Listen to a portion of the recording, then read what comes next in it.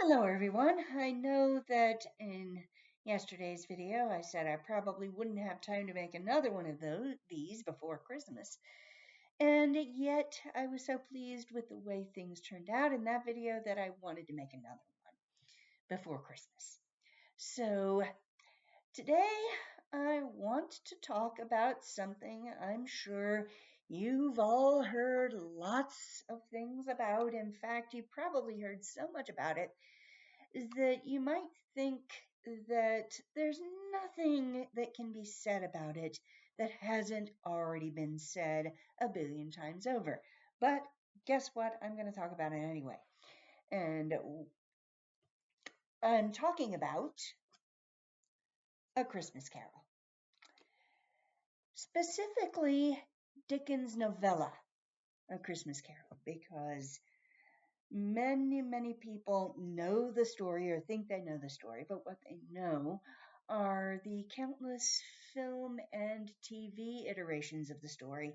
And many people familiar with those haven't actually read the novella that they're all based on. And I did something a little bit different for fall quarter at Life University when I was teaching my composition class, my writing about literature class, freshman comp 2. I decided to teach the novella. I found a PDF, put it in their folders on Blackboard, had them read it, and also an accompanying audiobook because the way that this story is written lends itself very well to audio. In fact, Charles Dickens himself got a lot of mileage out of performing A Christmas Carol. He would simply stand before an audience and read and act out the story to the delight of many. So it was interesting revisiting this story in the context of teaching.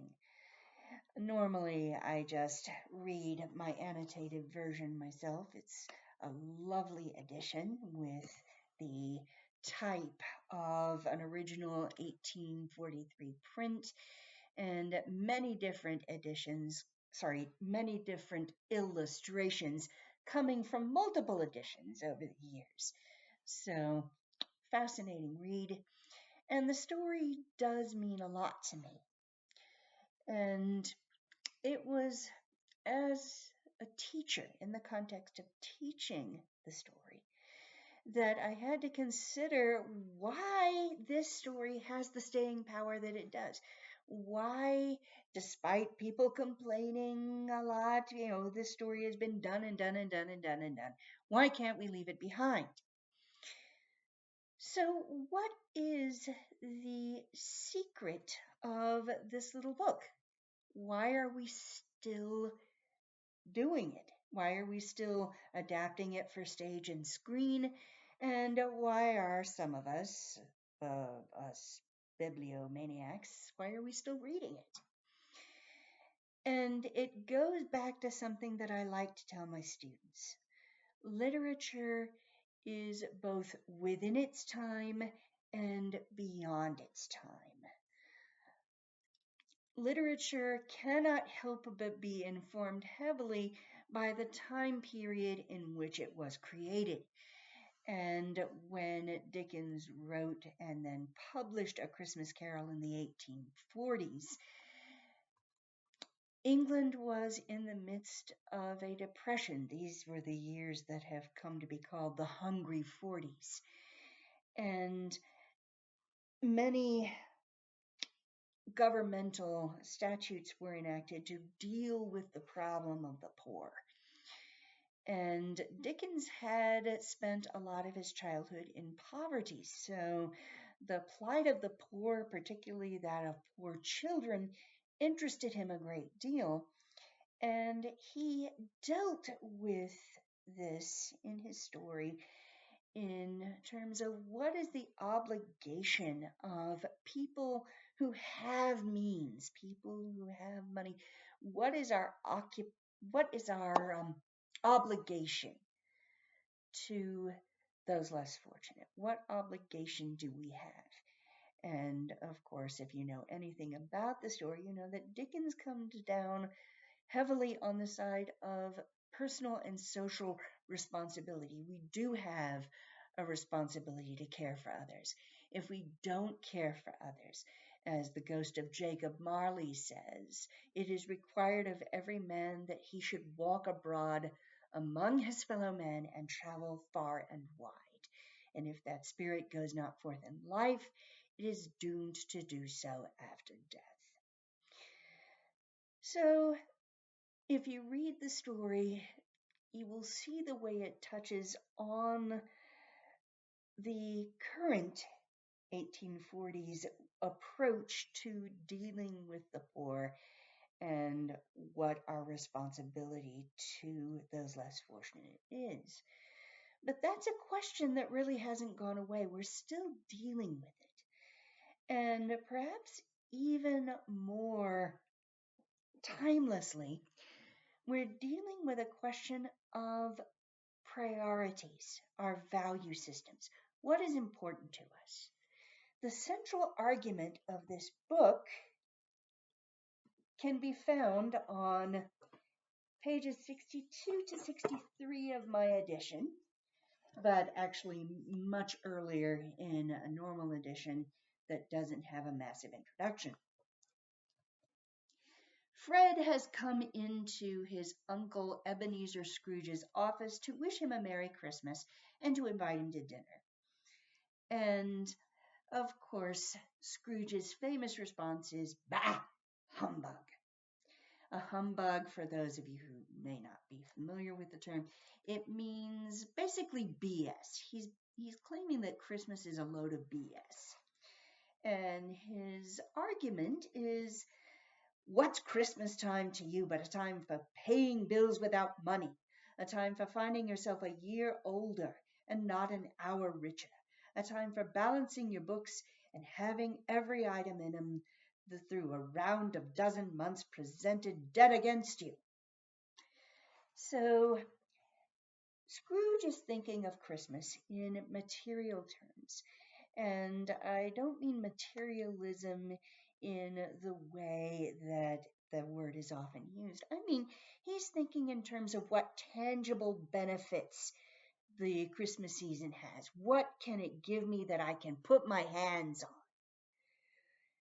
And Fred responds by saying this. He describes Christmas as, quote, a good time, a kind, forgiving, charitable, pleasant time.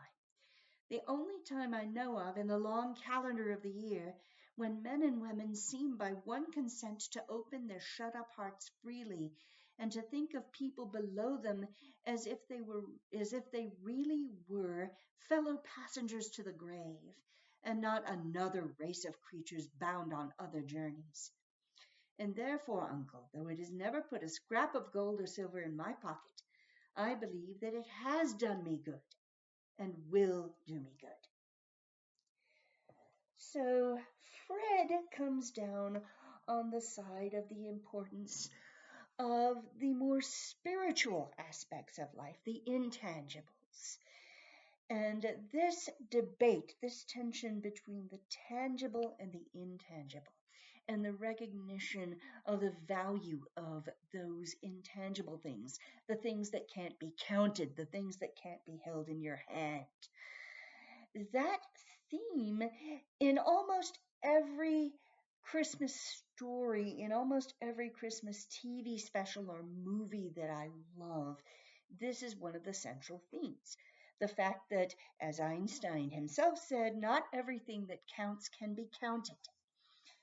The theme shows up in It's a Wonderful Life. The theme shows up in Miracle on 34th Street, the 1947 version, of course, being my favorite. It shows up in The Grinch. Maybe Christmas perhaps means a little bit more than what can be bought at a store. It shows up in A Charlie Brown Christmas. Sure, Charlie Brown, I can tell you what Christmas is all about. And in probably my favorite animated feature film This is a new one that I've fallen in love with. Netflix's Klaus, which is an interesting take on Santa Claus's origins. During a pivotal scene, a song plays in the background that has this lyric: "The greatest things you'll ever know are invisible. The greatest things you'll ever know are invisible."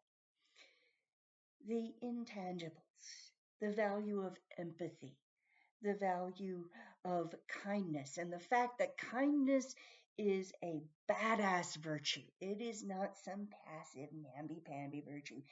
It requires strength. It requires courage. And it is, as Jacob Marley would tell us, required of us. It's part of what makes civilization work.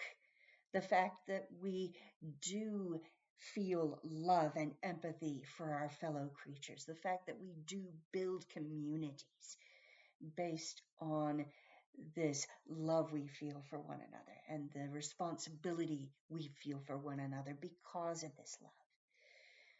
So that's at least my theory as to why we're still looking at this book, because other Christmas related stories have dealt with the theme since then, but Dickens was one of the first to do it, and some would say one of the best, perhaps the best.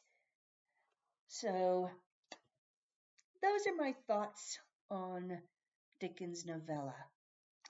And next time, maybe I'll spend a little bit of time talking about different film and television adaptations. So thank you very much. Listening to this is the nicest thing that anyone's ever done for me. If you get that reference, cool. See you next time.